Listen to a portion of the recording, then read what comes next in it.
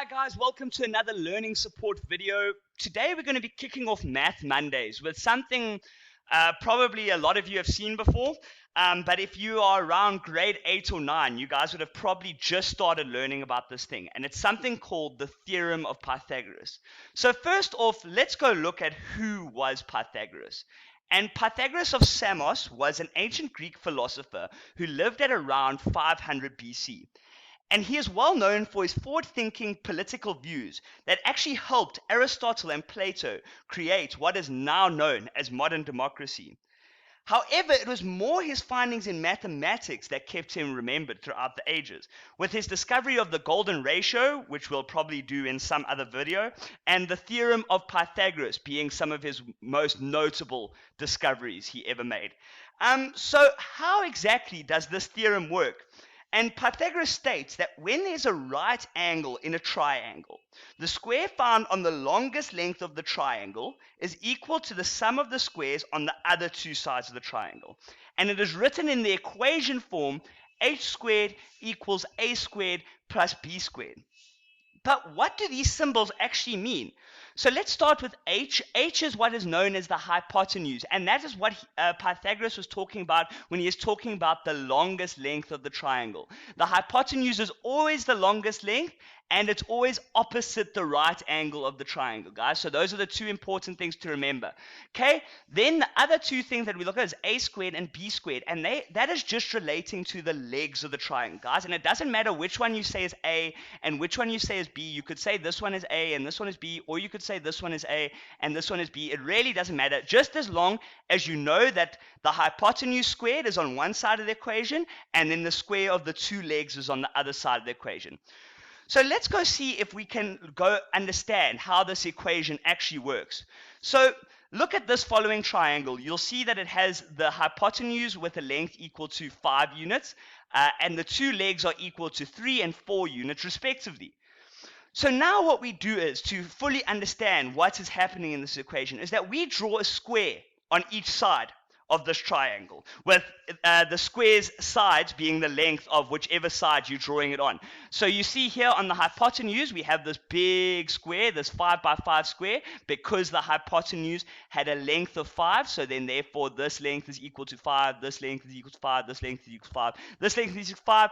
Then the other two legs, you do the same here. You see this has a length of 4, so it's a 4 by 4 square, and this one has a length of 3.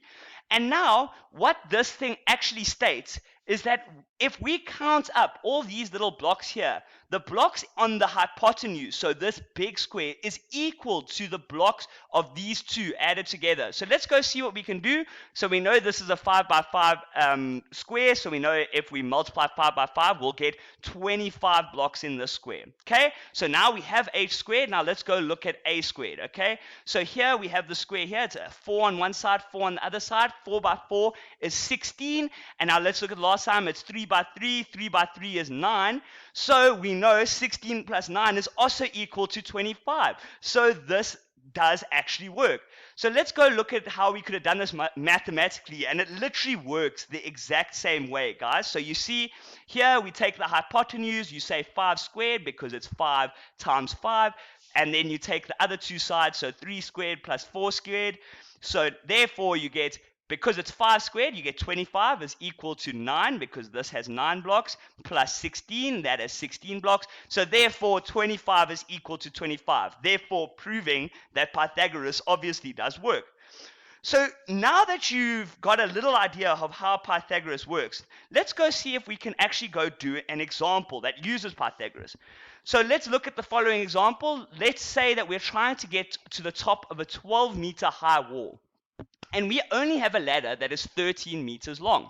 So we need to figure out how far we would need to put the base of that ladder away from the wall so that the top of the ladder falls perfectly at the top of the wall.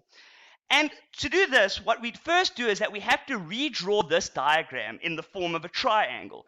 And you see that we did there, we had the 12-meter wall. We just say that this side is equal to 12. Then remember, walls are always perpendicular to the ground, guys. So that's why that right angle is there.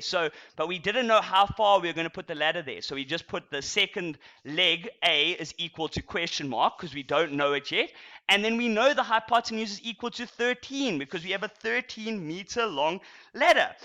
And now that we've written it in this triangle form, we can actually just substitute directly into our equation, and we should be able to get the answer. So let's go and do that.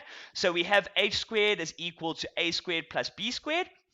So therefore, you take the hypotenuse, which is 13, so 13 squared equals, okay, we don't know what a is because that's the unknown length at the bottom, so we leave a squared as it is, and then we plus 12 squared because that's the height of the wall.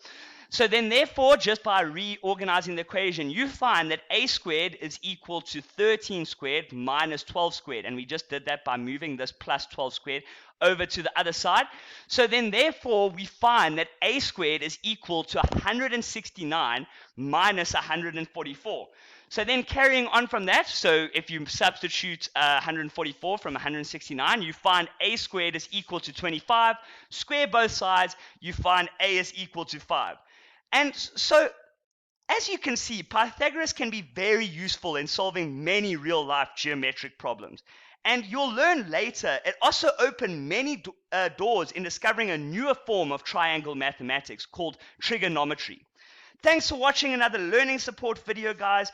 Please, as always, leave a like and subscribe to the channel. And also, guys, please let me know in the comments if there's anything else cool that you would like me to do a video on. Thanks, guys. I will see you all on Wednesday. Thank you.